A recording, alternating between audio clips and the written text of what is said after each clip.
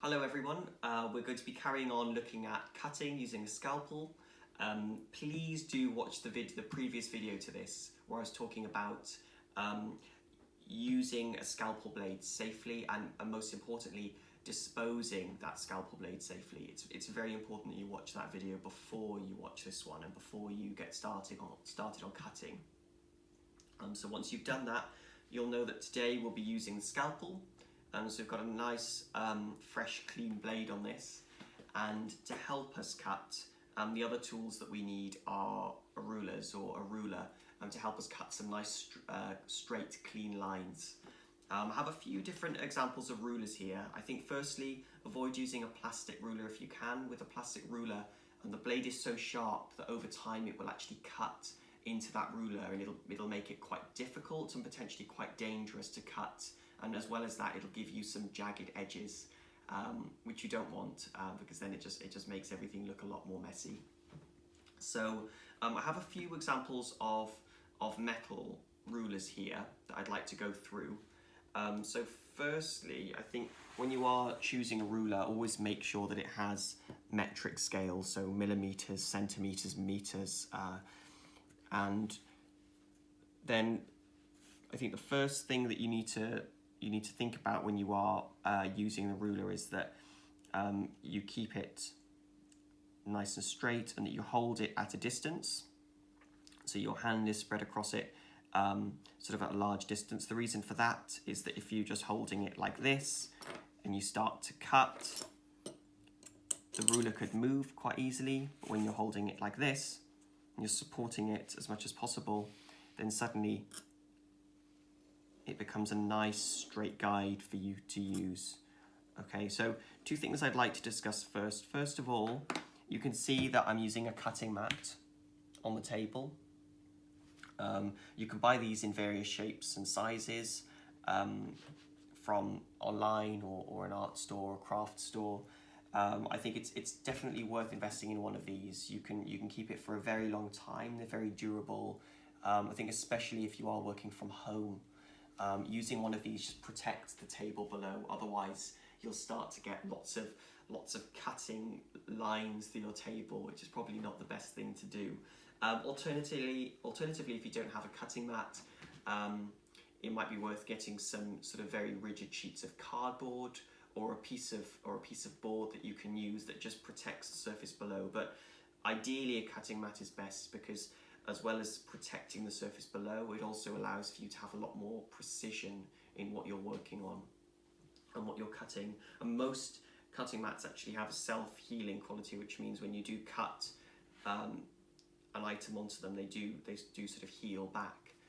So you can use them again and again and again. So I definitely recommend investing in one of these. This is quite a large one, but you can also get ones that are half the size of this, a quarter of the size of this. So have a look around and see what you can buy.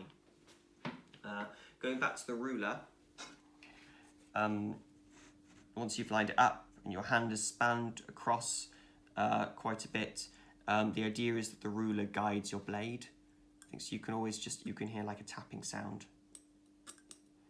to make sure that your blade is touching the ruler, and then you can cut down following that line. And I'll be showing you some examples of how to do this with different materials. But first, I'd like to talk about safety.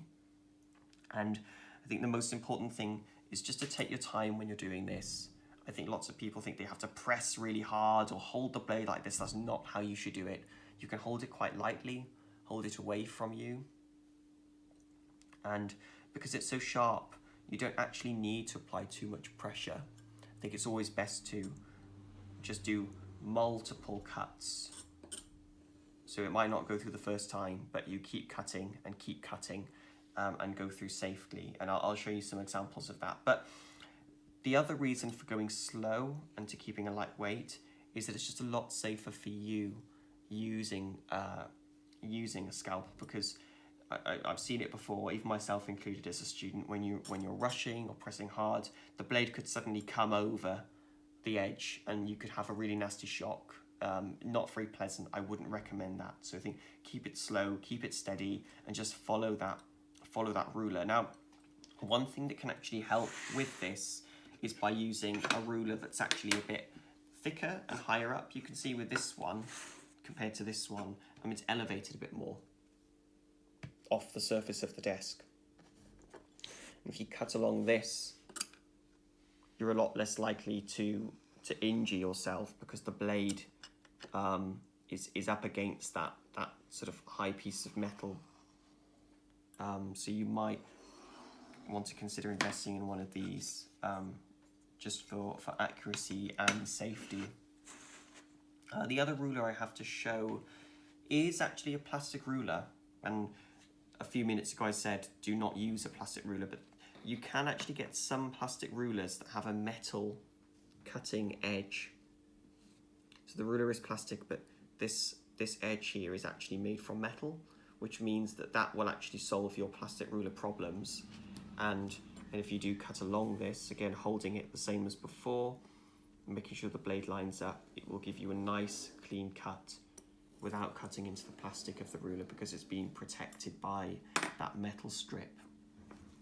Okay, so I think now is a good time to practice cutting some materials. I'm going to use this ruler with the metal cutting edge just because it's transparent and you'll be able to see through the different materials that I will be cutting through.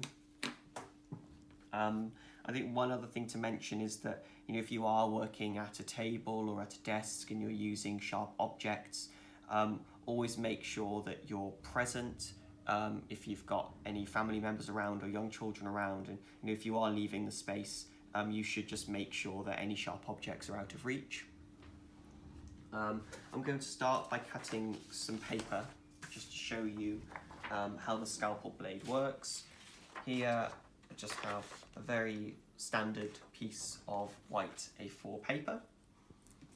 So this is probably the easiest thing possible to cut through. Now the good thing about cutting mats is that they do actually have a gridded surface, so you can actually line the paper up and you can get yourself a nice cut. So I'm going to show you how to cut through this. So again, hold the blade away from you. You don't have to press hard, but just make sure that it's touching the edge of the ruler. And then just cut down. Now with paper, you just need one cut, and you can see it gives you a nice, accurate, clean line. And that's all you need to do for paper. It's as simple as that. So you can imagine you can cut it at different widths, different lengths. You can get some nice straight lines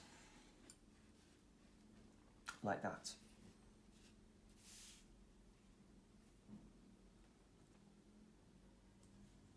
The next thing I'm going to show is a slightly more durable material, and the reason for this is that when you start 3D making, model making, making sculpture, making objects, making sketch models, you might want to use slightly firmer materials because you're probably thinking, well, you know, I can use scissors to cut paper or I can use a guillotine, but when you start using slightly sort of harder, thicker, denser materials, then that's when the scalpel really is really important, and it's really one of the only things you can use. So here I have a sheet of mount board. You can see that I've already been cutting into this. You don't buy them looking like this. You buy them in various shapes and sizes. And these are used for all sorts of things, from model making, making 3D tests, making 3D experiments. Now you can see, I think if you could just zoom in to the edge, this is a lot thicker than paper. It's like a few sheets of paper on top of each other, but it's also quite densely packed.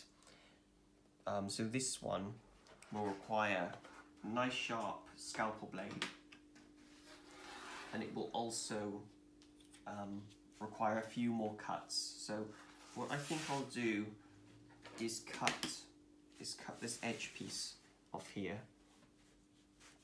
so we can try and make this a bit straighter. And again, you can line it up to the edges to get some straight lines. So I'm going to start by actually cutting this piece off here. So again, hold the ruler at a nice sort of wide width so it doesn't move around. Have your blade ready. Okay, and you're always sort of cutting against the ruler.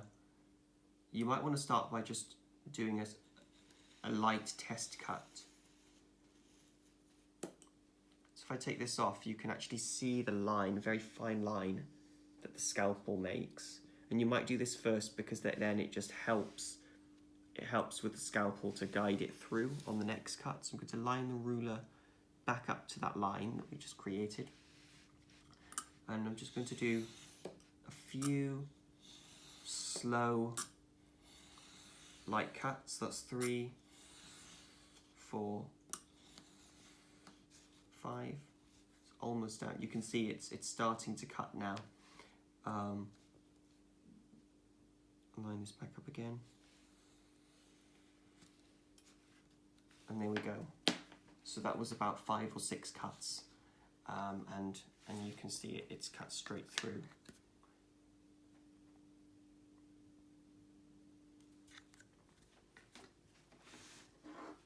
I'll show you one more time on a thinner strip. So you might need to just have some pressure on your ruler so it doesn't move. And then again, 1, 2, 3, use the ruler as a guide, 4, 5, and there we go. Okay, but just remember to keep changing your blade. I think I've only made a few cuts, so I wouldn't need to change it just yet, but if I was using this for say half an hour or so, or 20 minutes, then changing that blade allows you to get clean cuts, and I think you will actually see a difference when you've been using it for a little bit of time. That might go from 5 or 6 cuts to 8 or 9 or 10, and they'll become a lot less clean. So I think do change that blade. And finally, I'm going to show you one other material which we can all find at home, and it's a good material to reuse, cardboard. It's great for making models, sculptures, tests, experiments. It's quick, it's sort of easy to find, it's usually free. And you can, this is just some corrugated card that I found around in my house, and I thought we could use this for something as well. We could cut into it. The first thing I would like to do is just to make it so it's not attached. So for this, in fact, I can probably just rip that edge. So we've got a nice flat surface to work for. At the moment, it's a huge piece of card. So what I will do is just cut it to a size that I'm happy to work with. So I'm going to line my ruler up, and I'll start by, I want to use this piece, and again, just make sure you have a lot of pressure on the ruler so it doesn't move around. You can actually hear this cutting because the material properties are slightly different to the mount board. So you can see actually, even though I think it's slightly thicker than the mount board, it actually, because the materials inside are not as densely packed, it only takes 2 cuts. Well, it's taken 2 cuts for